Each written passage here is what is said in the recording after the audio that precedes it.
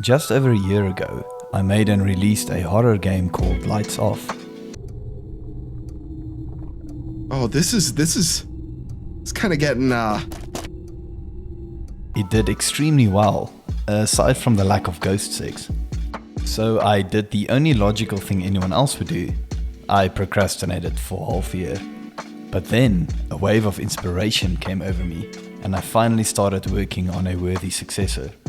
For the better of 6 months, I worked hard. I poured every extra minute of my free time into crafting the perfect horror experience. It was well thought out, it was well made, and it was even scarier than the last one. So excited, I pressed the launch button and... What happened? How did my best horror game do so poorly compared to a week's worth of labor? I think it's important for me to first talk about what the Caulfield Ritual is. In short, you take part in a dangerous ritual that allows you to bring someone back from the dead. You accomplish this by making a sacrifice, in this case a goat, to prepare the spirit realm for safe human passage, referred to as the pilgrim. You go to sleep and you wake up in an altered version of your house. From here you have to collect all 5 spirit orbs and place them in the pentagram. But in order to solve some puzzles, you'll need to travel back and forth between the real world and the spiritual realm. However, the pilgrim is still present in the spirit realm, and he real mad. While in the spirit realm, you need to avoid the pilgrim by either running, hiding, or turning the lights back on. Additionally, your candle could get blown out, in which case you need to rush to get the lights back on. In order to make things a little harder, I added a live system, as well as made the pilgrim able to find you if you enter into a hiding spot while he can see you. With the game wrapped up, it was time to finally release it. My strategy was to make the entire base game free on itch, which would generate the initial traction I'll need on the game. Additionally, I released a Steam version with achievements, a nightmare mode, and a speedrun mode that stops the puzzles from being randomized, so it would minimize the RNG involved in speedrunning. However, things did not go as planned.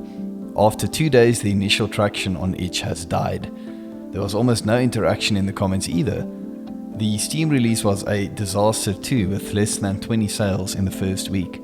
I took a break that weekend and worked through the disappointment, after which I started to analyze why not even the free version managed to draw in an audience. By looking at the success of Lights Off, I realized that what pushed it to the top of itch.io was the fact that so many Let's Players were posting videos on it and leaving their videos in the comments. In contrast, the Caulfield Ritual had only one video, and it stops before the scary part. Turns out that even though the lengthy build-up of the Caulfield Ritual establishes and grounds the horror much more effectively, it also had a detrimental effect on the snackability or YouTubeability of the game. You see, in Lights Off, a Let's Player could pick it up, hit record, and within 3 minutes start experiencing the first horror bits. The Caulfield Ritual requires the player to find a few objects and solve a handful of puzzles before getting to the scary part. This meant that it made it impossible to make a compelling Let's Play video for the game unless it was heavily edited and the boring parts were cut out.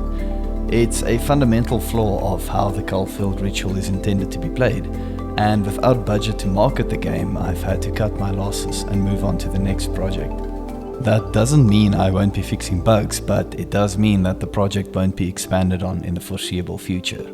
The moral of the story is that if you want to rely on organic growth and marketing, you need to make sure that your game is marketable in the first place. All things considered though, I'm still very proud of how the game turned out, and even though it wasn't a commercial success, it was the biggest project I've ever completed, and it taught me a lot about developing games in 3D. So what's next? Well, I've already conceptualized another horror game, but I'm going to take some time to sculpt out a PlayStation 1 horror game template so that I can iterate on ideas faster in the future. If you'd like to keep up to speed with a new project, you can do so by either subscribing or even joining the new Discord that I just created. Okay, thanks, bye.